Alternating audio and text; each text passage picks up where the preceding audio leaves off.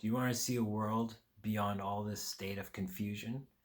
Do you want to see a world where we've moved past all these problems? Do you want to see a world that we're actually creating consciously and that we can see a world of hope and a world of peace? In this video, I'm going to be sharing my foolproof method for manifestation. This little trick is the best way for you to manifest whatever you want, including making changes in the world around you.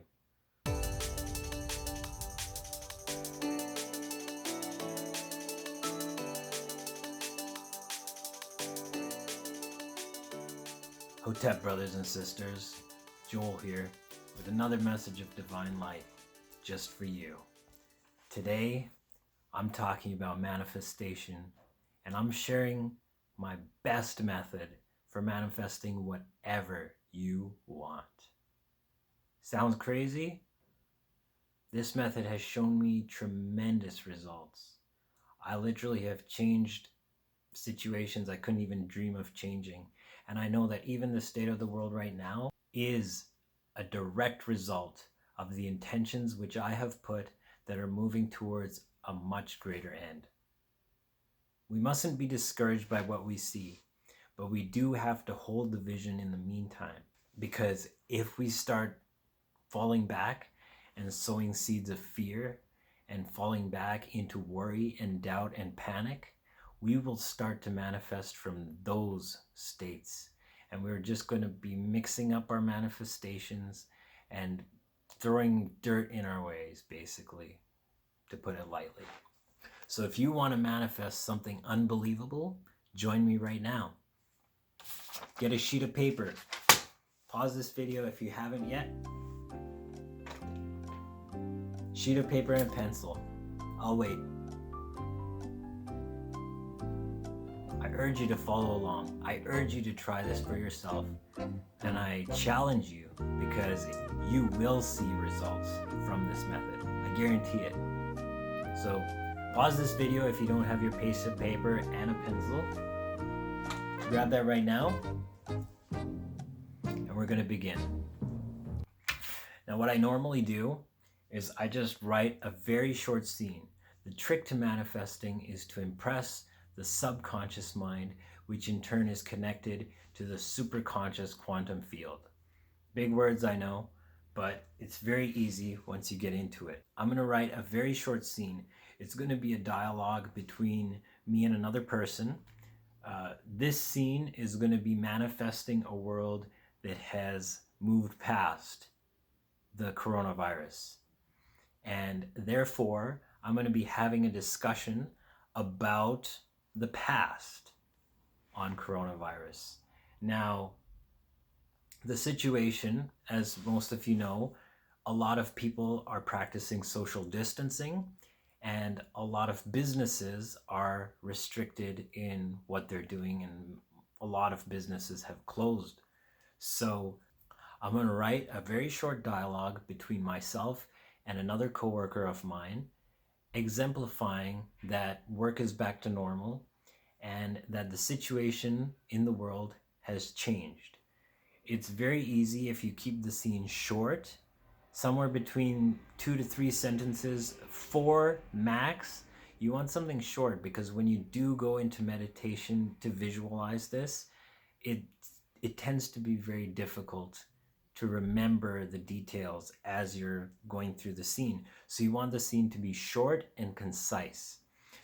The dialogue is going to exemplify everything, and I'm going to guide you through that right now. So the coworker is going to look at me and say, "Remember all that hype about the virus?" To which I say, "Yeah, that actually blew up in the manipulator's face."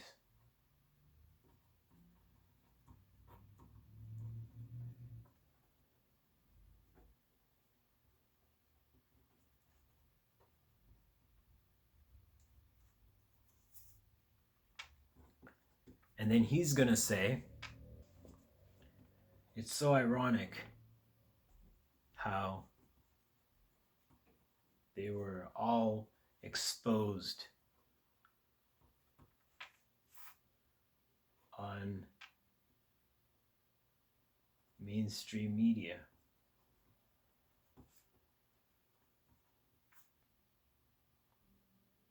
The world is so different now.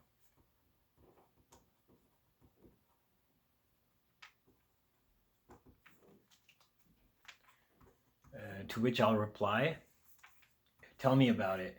Everyone is actually still washing their hands too.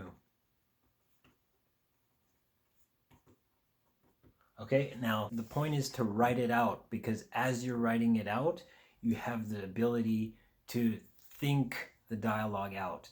If you just go into the scene and you're just haphazardly like, oh yeah, I know the idea which I want to think about, but you don't have it scripted out, you're going to get lost and it's not going to be as productive as this is. This is why I'm sharing this method. Do this method. I challenge you. Anyway, back to the revision. So I'm sitting with my coworker, right? There's no sign of social distancing in my scene. He looks at me and says, remember all that hype about the virus? This is implying that we're in a future space in which it's all blown over. Now the details come out in the next bit of the dialogue, which I respond, yeah, that shit actually blew up in the manipulator's face. Right? So that implies that the people who were controlling us, the people that were feeding the media, I'm not saying that somebody necessarily engineered the virus, but I'm saying that there is manipulation going on, and through this line, that is being exposed. He replies, it's so ironic how they were all exposed on mainstream media. This is crucial, right? Because it implies a whole lot has happened for the situation to be exposed. And he continues, the world is so different now. And then I reply, tell me about it. Everybody is actually still washing their hands, right? So that also implies that people have picked up and continued hygiene, because that's good too. So now in terms of actually manifesting this scene, your best bet is visualization. What I do is I take this scene, and as I'm going to sleep, I'm going to sit down. I'm not going to sit in bed. I'm not going to lay in bed. These are very critical, because if you sit in bed, there's a very good tendency you're just going to kind of lean over and fall asleep. If you lie down in bed, you're probably going to fall asleep. So the trick is to be awake for as long as you can be, but drift off to sleep while you've entered a very vivid visualization state. That usually takes about 10 to 15 minutes at least. So in order to facilitate that, we sit in a chair next to the bed so that we can kind of drift off into sleep in the chair as we're visualizing this scene. And then once we've kind of drifted off and had that visualization come alive, in that session, we can move into the bed, lay down. We might run that scene once or twice as we're falling asleep, but just maintain that state into sleep. And I want you to do this tonight as well, because I challenge you to do this. You don't have to do this exact scene.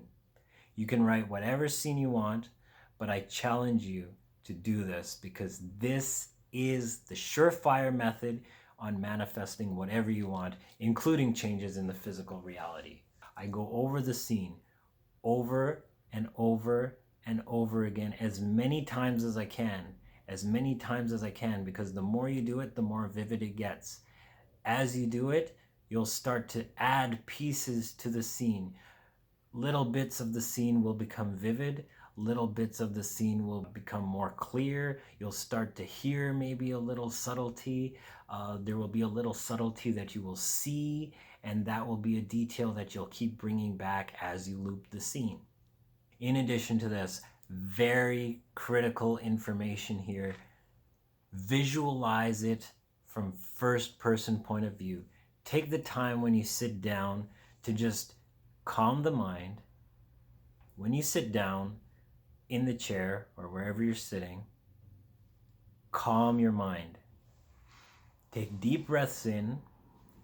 Make sure you're not agitated or thinking about other things before you go into the scene. Take 1 or 2 minutes and just calm down. Do some deep breathing. Gut breathing helps. Breathe deep from your diaphragm, deep into your gut, deep into your lower abdomen, and just slowly breathe in and out and just relax. Then, one trick I get to enter into first person point of view, meaning visualizing through my own eyes and not as if I'm looking at a camera at myself, visualize it from your own point of view, is I tie my shoe.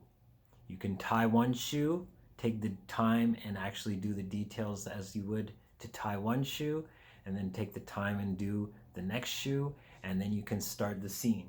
Go over the scene, and then once you're done the scene, automatically just replay the scene. Replay the scene. Replay the scene. After a few times, you'll start to enter a drowsy state.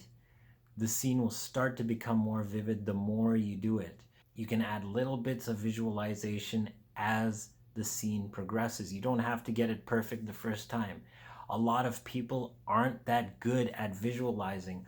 I myself am not that good at visualizing. Most of the time when I'm visualizing, especially when I'm starting a scene, it's very blurry. It's dark and the images aren't clear, but I know that the vision is there. For example, close your eyes right now and envision a red apple, okay? And see that on the red apple, there's a piece cut out of it. Okay, now open your eyes. Now, did you see the red apple? Right? You saw the red apple. Even though it might not have been as clear as if you saw a red apple sitting on the desk right now, you know that you just saw that red apple. This is what I'm talking about. It doesn't have to be perfect, crystal clear image. All we have to do is to impress the subconscious mind with the idea of what we're impressing it with. The reason why I loop the scene over and over again is so that none of the details of that scene are left missing or foggy. So that even if on one shot the details are not as clear, the next shot will just bring it back. The next shot will bring it back again. And eventually the subconscious will have such a clear image of this scene, it has to make evident in the physical reality. And I challenge you to do this method. You will see results. Contact me when you do, because it is amazing. I've seen the results in my own life, and that's why I'm sharing this with you today. Another thing I do is I change up the scene. One night I might do visualizing it with one coworker, and tomorrow night I might do the exact same scene, maybe changing it up slightly and doing it with another coworker. One way I might do this is to visualize one coworker actually at work having this exact conversation. Someone who I know is not open-minded to the way media controls people, and who just honestly swallows everything up, who is absolutely caught up in the mass hysteria and petrified at the state of affairs of just the way the world is going right now. I might do that with one coworker and visualize that one night. Then I might visualize another coworker completely of a different mindset outside of work. One thing that comes to mind for me is I'm in Canada, and cannabis where I am is absolutely legal. And outside of work, I do engage with some of my coworkers from time to time. And the thing is, since this whole thing has come about, there has been the issue of social distancing. If we're sharing cannabis together, all that social distancing is now a thing of the past. Obviously, that is also implied by these little details in the scene. So I might do the scene more than 1 or 2 nights in a row. The thing is that you can do this as much as you want, but it doesn't take that much in order to impress the subconscious mind, because the brain doesn't know the difference from what it sees in physical reality and what it's actually just imagining. That is the power that we have. And that is why visualization is such a profound tool. And don't think that you're not so good at it, because we all are learning this skill. As we practice it, we get better at it. We learn how to make the images more and more vivid. And I don't care if you think that you're not a good visualizer. I didn't start out as a good visualizer. I still have trouble sometimes just getting into that state, but I sit down and make sure I take the time just to put my intention and just do a bit of work. Just do a bit of work tonight. If you don't manage to hit that state tonight, do it tomorrow night. I don't care if it takes you 2 nights, 3 nights, 4 nights, 10 nights, 100 nights. Just start somewhere and make sure that you practice this skill, because this is the answer to not only all of life's problems, but we can literally change the world with this. So I challenge you today, put this to the test. If you want to be a deliberate manifester, put this to the test. Hey guys, I'm just checking in because I'm about to go to sleep right now, and I'm about to start the visualization process. And I just wanted to share the details again, just so that you guys have a clear idea of how to do this and what to do. So for me, I literally just created a sacred space by doing some smudging. I just have a smudge stick here. This is mugwort. And I did about 10 to 15 minutes just of some candle meditation, just staring at the flame, just in order to quiet my mind. Also, as you can see, I'm wearing my blue blockers, which also help, and I've got my earplugs in so that I'm not distracted by any stray noises. I do have the script here next to the bed for reference, but I really won't be needing it because I've already done the scene once last night, and the only difference is tonight I'm going to be doing it probably with another coworker in the scene, maybe change up the setting a bit, like I mentioned before in the video, but I'm going to keep it the same scene. I'm just going to do it again because this is a real issue, and I really want to impress this and bring this scene to pass. The other thing I'm doing is I'm sitting in the chair next to the bed because, like I said, I'm not going to get in the bed because the tendency to fall asleep is very strong. So I'm going to be sitting in the chair visualizing, and I'm also going to be using these beads that I have. These are just some old beads I got from my grandmother before she passed, but the only reason I'm actually using these is no religious connotations, but just because they're in series of 10s, and as you're falling asleep visualizing, it's very easy to lose track of how many times you've looped the scene. So I just like it to keep track of and make sure that I like to do at least about a dozen, but between 15 and 20 is a decent number. And once I do that and I know that the scene has become vivid, I'll just move on into the bed and maybe do like 1 or 2 more scenes from there just as I'm falling asleep, and that should be good.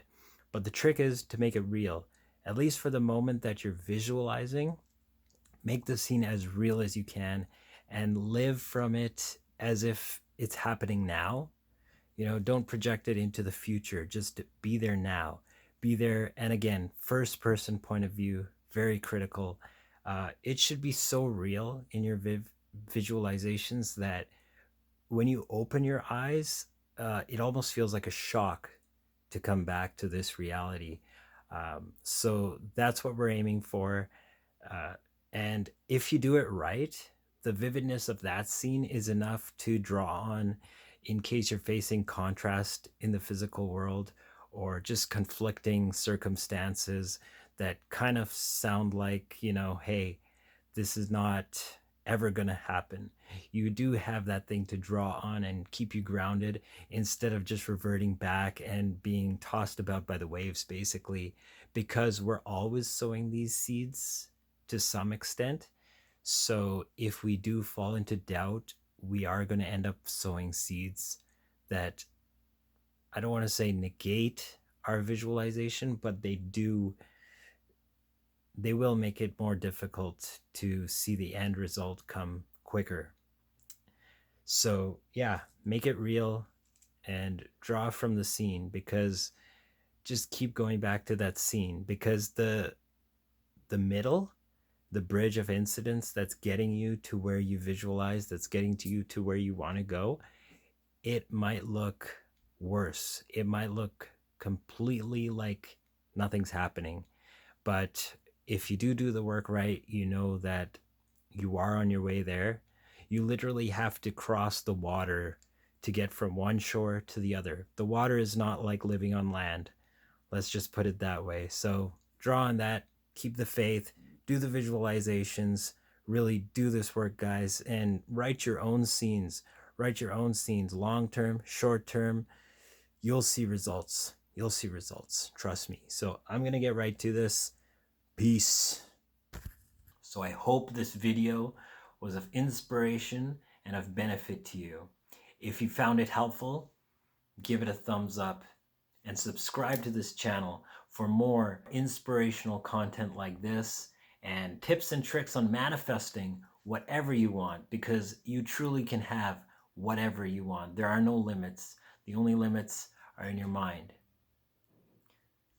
Another thing, leave a comment for those visiting this page, because it also helps inspire this whole community and knit us all together as a high vibe tribe. We're all in this together, and we can all see a new horizon and a new day ahead. So have an amazing day, folks. Good luck manifesting. Agape, salam, namaste. See you in the next video, guys.